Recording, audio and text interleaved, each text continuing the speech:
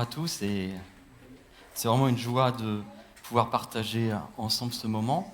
Ce moment est particulier parce que, en fait, en France, c'est le week-end de l'Église persécutée. Et donc, plusieurs églises se sont jointes à une organisation qui s'appelle Portes Ouvertes, qui œuvre et qui soutient et qui encourage l'Église persécutée pour aujourd'hui présenter l'Église persécutée à leur Église. Et donc, nous sommes inscrits en tant qu'Église de Saint-Malo pour mettre en évidence nos frères et sœurs qui souffrent parce que, tout simplement, ils sont chrétiens. Je reviens d'un week-end, d'une conférence avec Portes Ouvertes qui a lieu annuellement. Donc, on va pouvoir afficher la première photo. Voilà. Le thème de cette journée, éprouvé par le feu, notre foi plus précieuse que l'or. Est-ce que notre foi est plus précieuse que l'or? Donc, comme je disais, j'étais le week-end dernier à cette conférence avec Portes Ouvertes et j'ai rencontré quelqu'un que nous avons connu tout jeune, ici dans cette église, que nous avons connu à l'école du dimanche et que j'ai eu et que les animateurs ont eu comme enfant. Et il s'appelle Guillaume et aujourd'hui il travaille à Portes Ouvertes. Il est permanent avec Portes Ouvertes et c'est toujours un encouragement de se dire que on ne sait pas l'œuvre qui est accomplie parmi nos jeunes durant l'école du dimanche. Mais elle est certaine et elle est vraie. Et Guillaume, c'était un jeune qui était très réservé, qui ne parlait pas, qui ne donnait pas trop son avis quand on posait les questions à l'école du dimanche, mais que je voyais très intéressé par tout ce qui était dit, très attentif. Mais il ne donnait pas son avis. Ses sœurs répondaient très rapidement. Lui était au fond et puis regardait.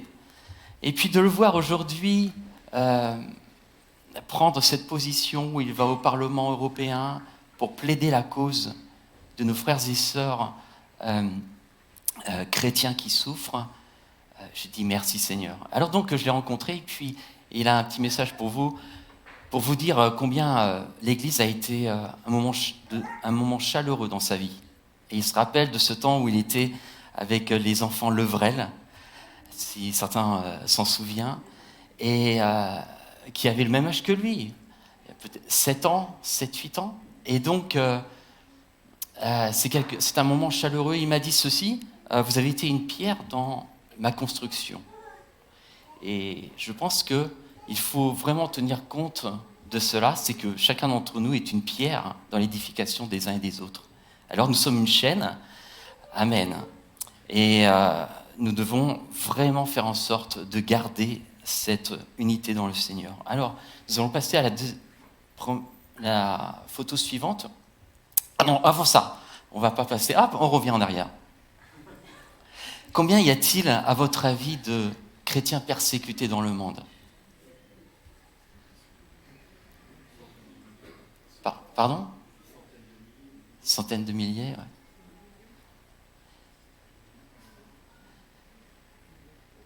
On va regarder ça en chiffres. L'Église persécutée en chiffres. Donc l'index mondial de persécution qui sort au mois de janvier chaque année et qui est donc écrite et puis préparée par Portes Ouvertes.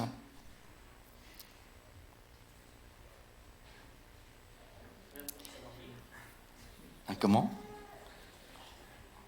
À l'AVLA.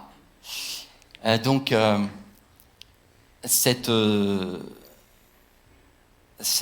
index mondial de persécution pour 2022 révèle qu'il y a 360 millions de chrétiens persécutés dans le monde. 360 millions.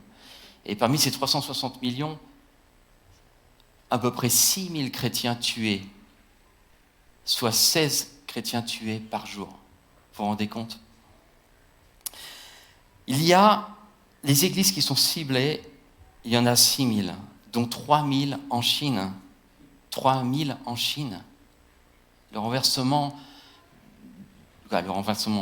changement de gouvernement qu'il y a eu, il y a de ça quelques années, a vraiment changé la vie des chrétiens récemment en Chine. Il y a 6 000 chrétiens détenus actuellement dans le monde. 6 000 chrétiens. 6 000 chrétiens pour qui nous pouvons prier. On peut passer à la prochaine photo. Et donc, par rapport à 2021, il y a eu une augmentation de la persécution. Le nombre de chrétiens tués en raison de la foi a augmenté de 24% entre 2021 et 2022. Vous vous rendez compte ? 24%. Le nombre d'églises ciblées a augmenté de 14%. Et le nombre de chrétiens détenus a augmenté de 44%. C'est énorme. 44% de chrétiens détenus en plus par rapport à 2021. Alors, on peut passer à la prochaine. Ici, Portes Ouvertes fournit donc au mois de janvier une carte des pays où les gens sont les plus persécutés. Vous les avez en rouge, notamment. Et vous voyez en numéro 1, vous voyez le numéro 1 où il se trouve ? Ça, c'est l'Afghanistan. On en a parlé l'année dernière, lorsqu'il y a eu le renversement du gouvernement. Et donc, beaucoup d'Afghans ont cherché à quitter leur pays.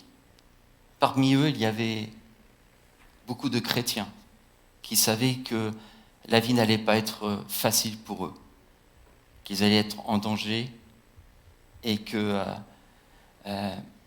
était préférable de quitter le pays. Alors, on peut passer à la prochaine.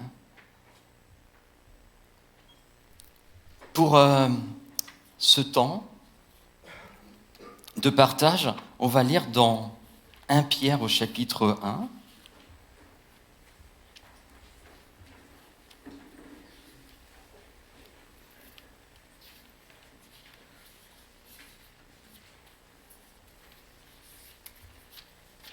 Pierre, chapitre 1, et on va lire du verset 1 au verset 9.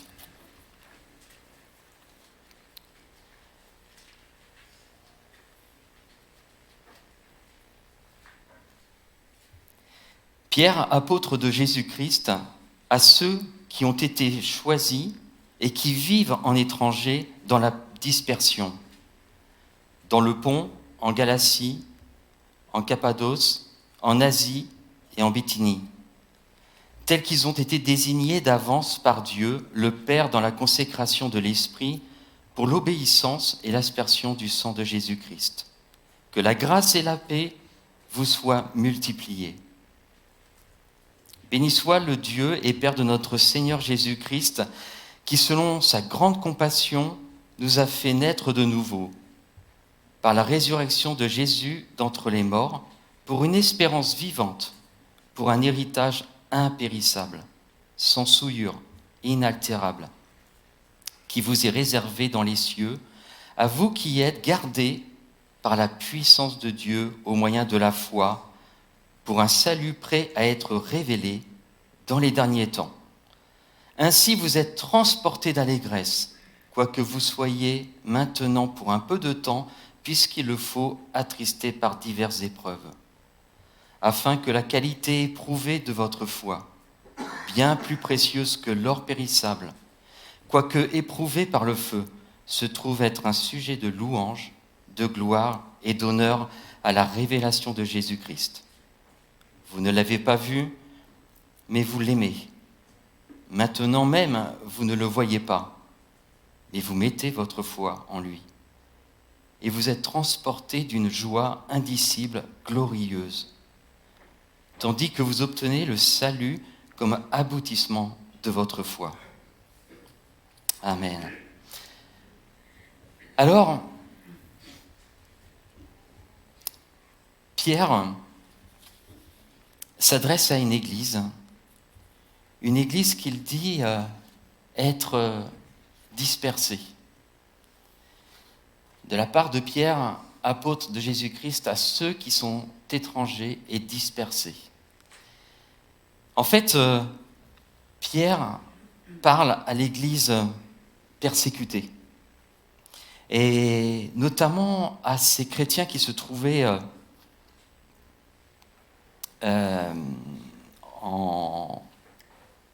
j'ai perdu le nom, en Turquie, et donc il cherchait à les encourager.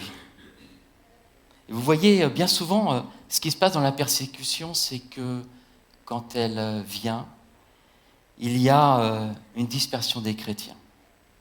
Et les chants qu'on a chantés, de former une chaîne d'amour, elle prend toute sa réalité. Toute sa réalité parmi ces chrétiens qui ont perdu le contact les uns avec les autres, ou qui cherchent à maintenir ce contact, quoi qu'il en coûte. Nous avons cette chance, nous, de pouvoir nous réunir, nous avons cette liberté de pouvoir venir ici, et de pouvoir vivre cette communion fraternelle et cette foi ensemble.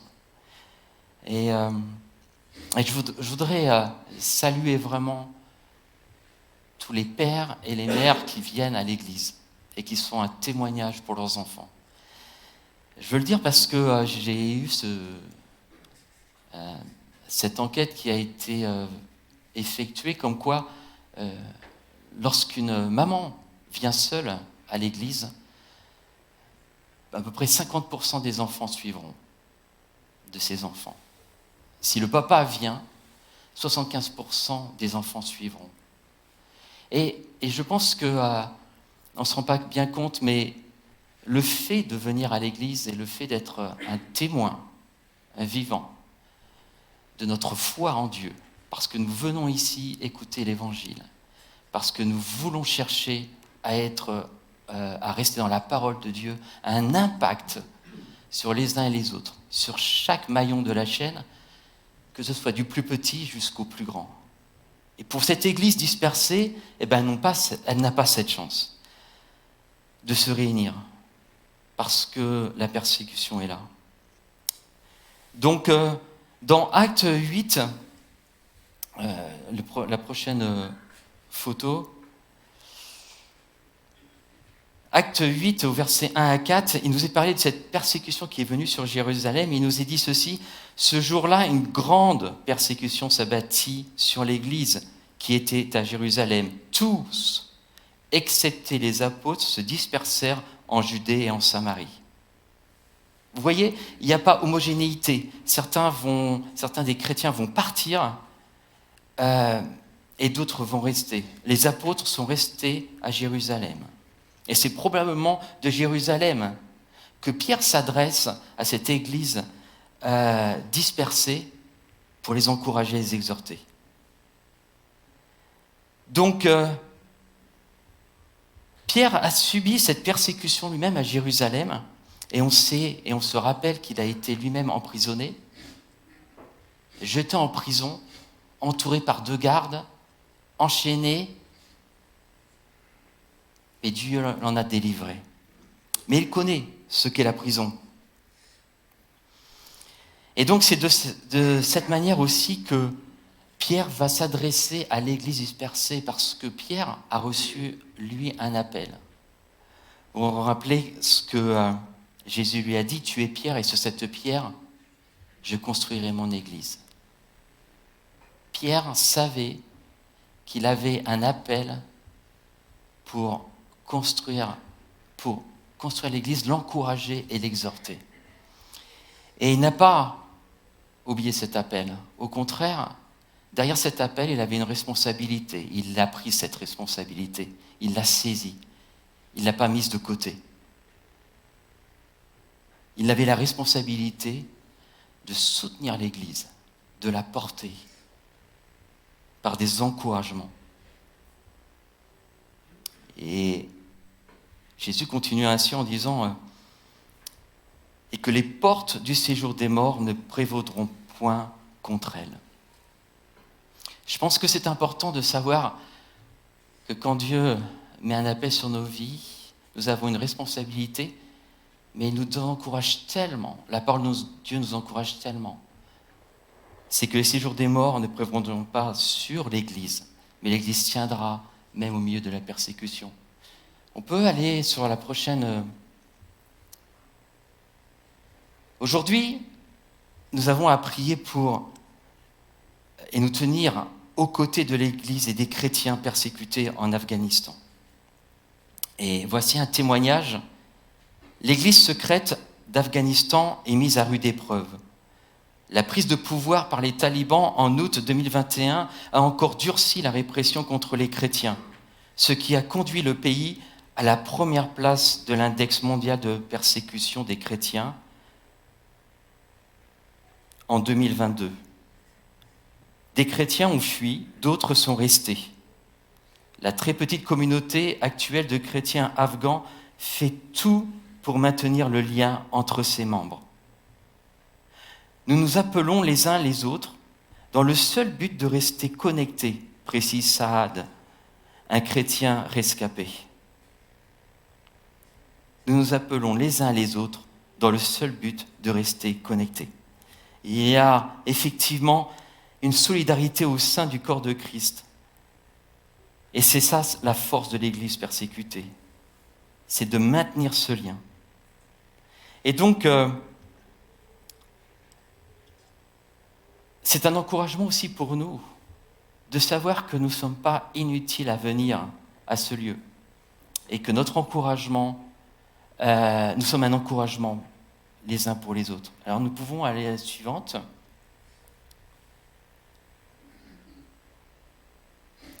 Et Pierre s'est mis à encourager donc l'Église.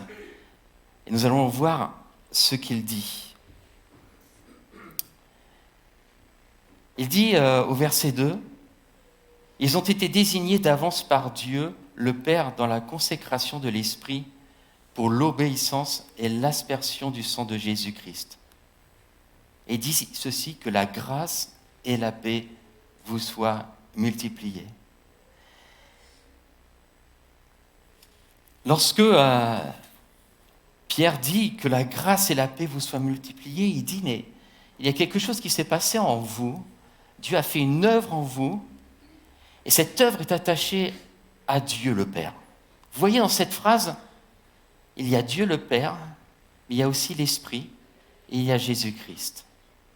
Vous êtes attachés à Dieu le Père, vous êtes attachés au Saint-Esprit, vous êtes attachés à Jésus-Christ. Désignés d'avance par Dieu. C'est merveilleux de savoir, quand quelqu'un passe par l'épreuve de la foi, lui rappeler, mais tu as été désigné par Dieu et tu as choisi de le suivre. C'est ton identité aujourd'hui. Tu n'es pas sur la terre sans lien, dans le vide, mais tu es attaché à Dieu le Père. Tu es fils de Dieu, tu n'es pas abandonné, mais il t'accompagne, il t'a choisi, il t'a désigné d'avance. Quel encouragement pour l'Église. Et puis il continue en disant, dans la consécration de l'Esprit,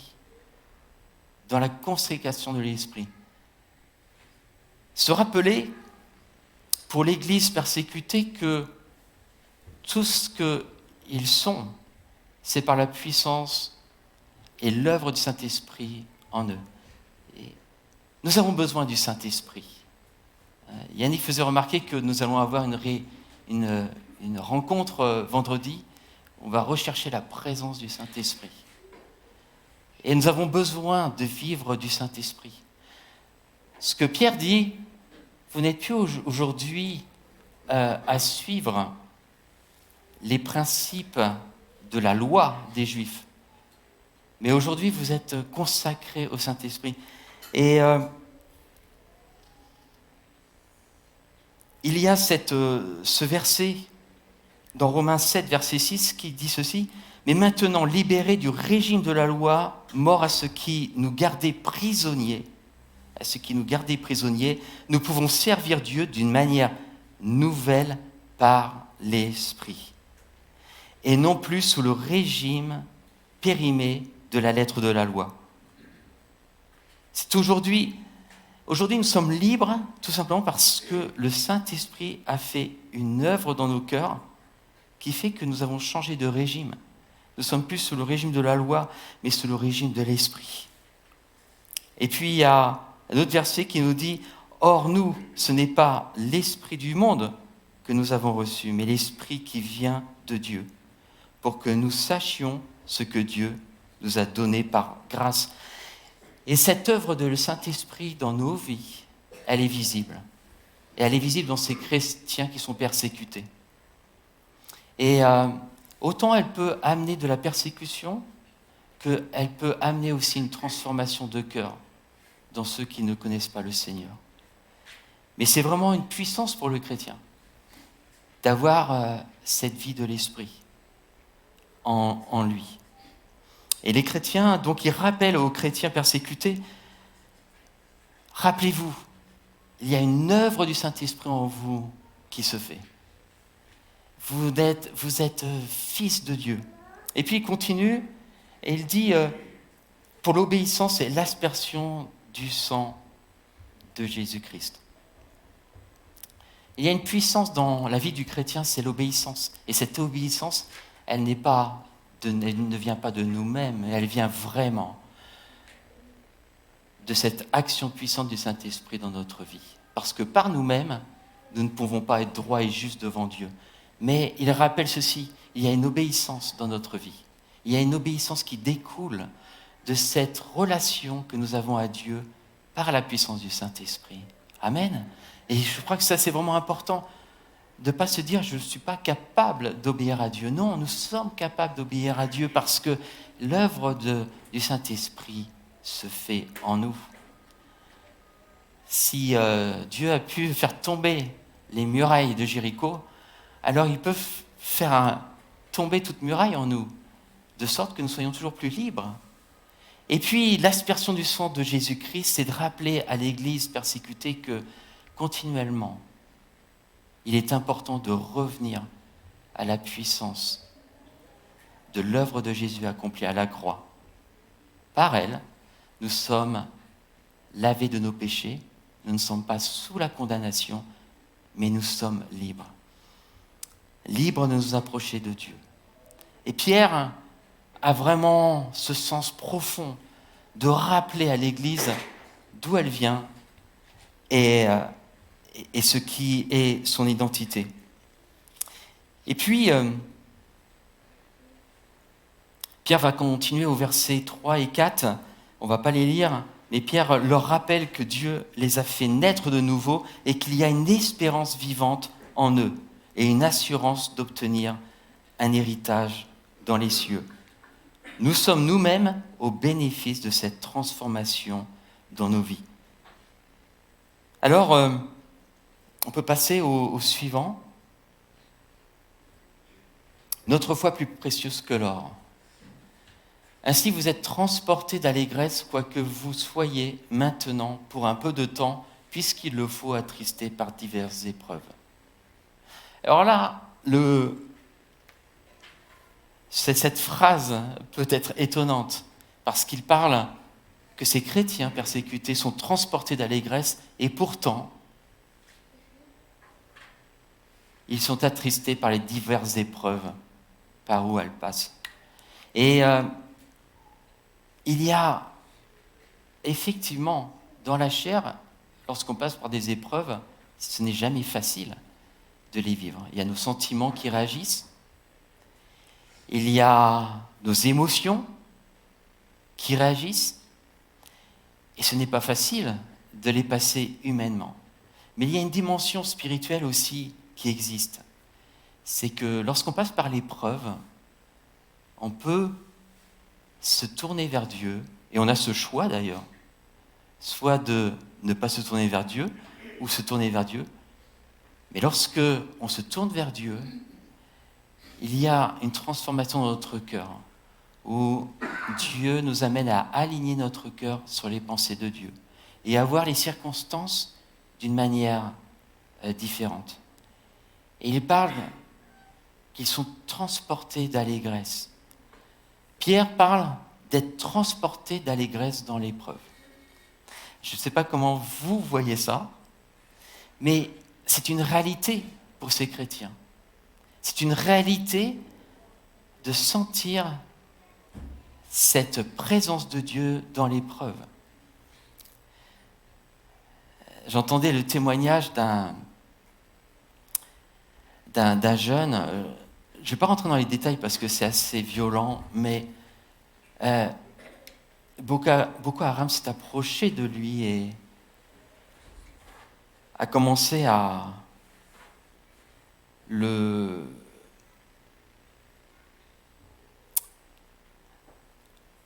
vouloir le tuer.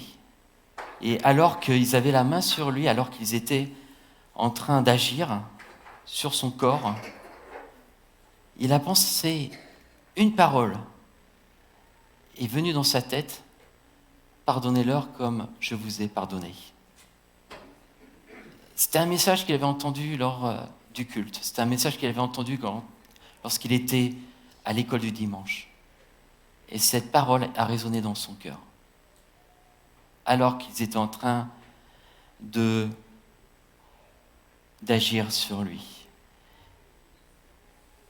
Et il donnait son témoignage, parce qu'il est venu rendre témoignage le week-end dernier.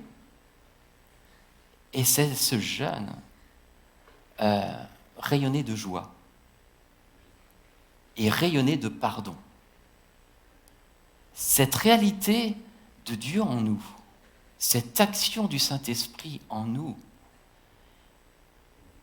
est surréaliste, elle est extraordinaire, mais elle est réelle. Ces chrétiens sont en train de vivre un miracle jour après jour. Ils sont poussés par la persécution à se tourner vers Dieu et à prendre la parole de Dieu pour réalité. Et alors qu'ils s'approchent de Dieu, une œuvre profonde dans leur cœur prend place. Quelque chose qui est au-dessus de leur force, au-dessus de leurs pensées, au-dessus de leurs émotions. Mais cette œuvre est réelle. Pour nous, et dans les épreuves que nous pouvons avoir dans nos vies, Dieu veut accomplir la même chose. Et il va le faire. Il va le faire. Il va changer nos perspectives. C'est merveilleux quand on rentre dans notre entreprise et que nos perspectives de vue sont différentes sur nos collègues, sur l'ambiance de l'entreprise.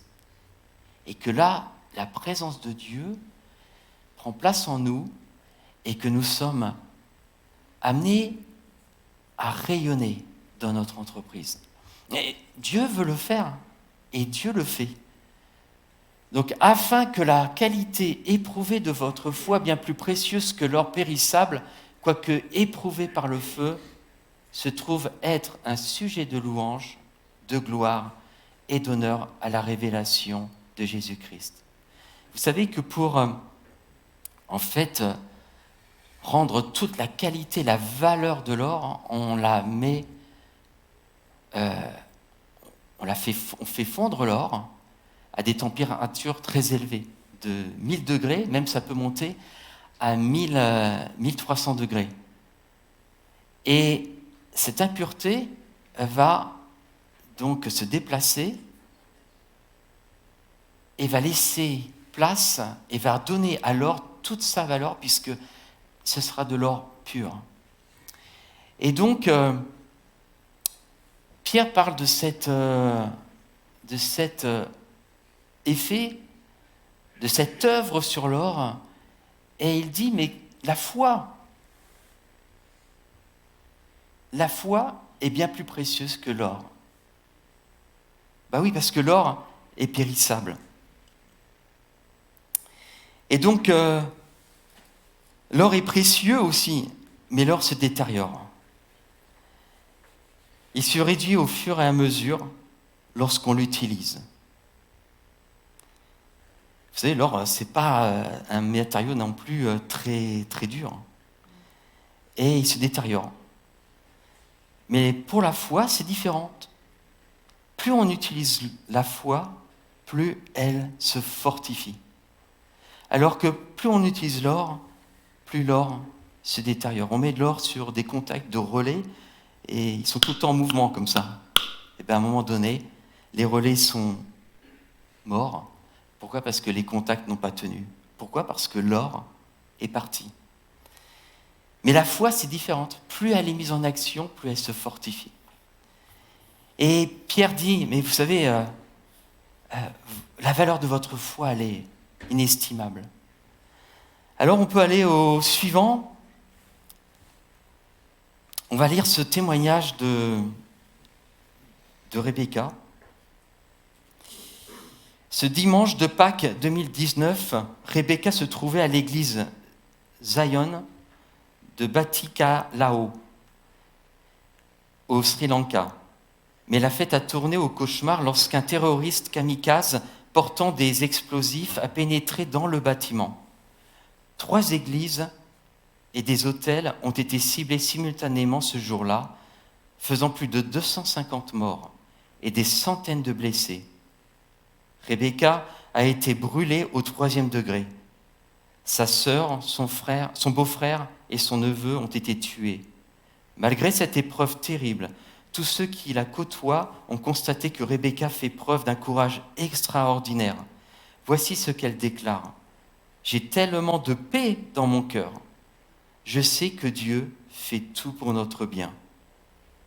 Parce que je l'ai expérimenté dans ma vie. » Rebecca s'est mariée en avril dernier avec le fils d'un pasteur. Elle doit encore subir des opérations chirurgicales. Prions pour sa guérison totale. Mais elle dit ceci, « J'ai tellement de paix dans mon cœur. Je sais que Dieu fait tout pour notre bien parce que je l'ai expérimenté dans ma vie. » C'est une réalité que vivent nos amis chrétiens, persécutés. Alors, on peut passer à la suivante. Pierre continue. Et c'est ça, là, ce sont les résultats de l'épreuve. Vous ne l'avez pas vu, mais vous l'aimez. Maintenant même, vous ne le voyez pas, mais vous mettez votre foi en lui. Et vous êtes transportés d'une joie indicible et glorieuse, tandis que vous obtenez le salut comme aboutissement de votre foi. Une joie indicible et glorieuse. Je crois que pour moi, comme pour peut-être certains d'entre nous, il est difficile de parler de l'Église persécutée et de se mettre à leur place. Et mieux vaut écouter le témoignage de Gédéon, un Érythréen, et voilà ce qu'il dit de son expérience. Le gouvernement m'a emprisonné à cause de ma foi. Quand ils m'ont arrêté, ils m'ont mis dans une cellule de prison mesurant 2 mètres sur 1 mètre. Pendant des mois, je suis resté là, dans cette chambre étroite sans fenêtre, pendant les 3 premiers mois de notre emprisonnement, parce qu'il n'y avait pas que lui, il y avait aussi des membres de sa communauté. Ils nous ont violemment battus. Nous étions appelés au moment où nous nous y attendions le moins pour être battus. Ensuite, j'ai été emmené dans un autre camp de prisonniers, un endroit extrêmement chaud, où il faisait en moyenne 40 degrés. J'ai dû ramasser du bois, des pierres, travailler dans la construction de maisons. Nous étions traités comme des esclaves. Comme j'ai refusé de renier Jésus, ils ont prolongé mon temps de prison. Un jour, Nous avons été relâchés et ils ne nous ont toujours pas dit pourquoi nous avions été arrêtés. Ils nous ont avertis. Si on vous retrouve encore dans une église, vous serez tués. La douleur que j'ai ressentie pendant ces années d'emprisonnement et de travail forcé m'a traumatisé. Je pensais que je resterais en prison toute ma vie. Dans cette souffrance, j'ai recherché la face de Dieu et j'ai prié. Dans cette souffrance, j'ai recherché la face de Dieu, j'ai prié. En prison, j'ai eu la bénédiction de rencontrer d'autres chrétiens et dans le camp de prisonniers, des gardes ont accepté Jésus. C'est pour le Christ que je vis. C'est ma vocation. Mon ministère a grandi après ma libération. Quand je regarde en arrière, je vois que Dieu m'a fait grandir grâce à la prison. Oui, l'Église grandit. La persécution ne fait pas diminuer la puissance de Dieu. Quel témoignage! Mais quelle expérience! C'est une expérience. On peut difficilement en parler. On n'est pas à la place de ces frères et sœurs persécutés. Mais eux en parlent avec leurs mots et avec leur expérience et la sincérité de leur cœur. J'ai recherché la face de Dieu, j'ai prié. C'est pour Christ que je vis, c'est ma vocation. Mon ministère a grandi, Dieu a fait grandir l'Église. On peut aller au suivant. Pour finir, la parole de Dieu dit, si un membre souffre, tous les membres souffrent avec lui. Et si un membre est honoré, tous les membres se réjouissent avec lui. Et c'est vrai que pour nous, le défi aujourd'hui, c'est de se dire, est-ce que ce message, c'est juste une information? Où est-ce que je peux me mettre en œuvre? Et comment est-ce que je peux œuvrer? Et on peut aller à la suivante. On est invité durant ce mois de novembre, juste un mois, 30 jours, ou 31 jours, 30 jours, à prier pour l'Afghanistan et pour nos frères et sœurs afghans. Chaque jour, prier pour eux. Alors on peut... comment peut-on connaître les sujets de prière? Alors ici, il y a un petit feuillet où il y a donc un QR code. Et si vous allez sur ce QR code, vous allez être en mesure d'avoir le sujet de prière chaque jour pour l'Afghanistan. Et puis, le 17 novembre à 20h, il va y avoir aussi en ligne une possibilité de prier ensemble pour l'Église persécutée afghane. Donc, ça, ce sont des éléments. Et puis, il y a un petit livret que nous pouvons nous procurer auprès de Portes Ouvertes, où il y a aussi chaque jour les sujets de prière pour l'Afghanistan. On peut aller au suivant. Ce qui serait bien, c'est qu'on prenne un temps de prière ce matin. Le sujet de prière, si vous voulez, pour aujourd'hui, pour le dimanche 6 novembre, prier pour les plus vulnérables. Et qui sont les plus vulnérables en Afghanistan? Ce sont les femmes et les jeunes filles. Depuis le retour des talibans, les chrétiennes sont doublement menacées en tant que femmes et apostates. En ce jour de dimanche de l'Église persécutée, prions pour la protection des chrétiennes qui ont vu leur vie s'effondrer. Et ici, nous avons 3 sujets de prière, de prier pour que la paix de Dieu envahisse leur cœur et que la parole de Dieu leur donne du courage. De prier qu'ils soient entourés de la présence de Dieu et qu'ils trouvent du réconfort auprès de lui. et puis de prier pour des chrétiens enlevés, encore en vie, demandant à Dieu de les secourir et de les garder. Et donc, ça serait bien que nous puissions prendre ce temps de prière maintenant et que des voix s'élèvent pour nos amis. Et vous savez, lorsque Pierre était en prison, un ange s'est approché de lui et l'a secoué. Et puis les chaînes sont tombées. Et puis, il y a eu aussi l'ange qui lui a dit « Lève-toi ». Il s'est levé, il est passé devant des gardes. Les gardes ne l'ont pas vu.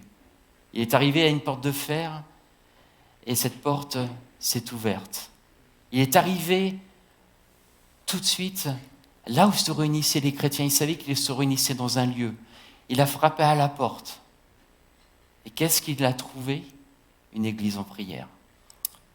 Et pour nous, on a la possibilité de faire trembler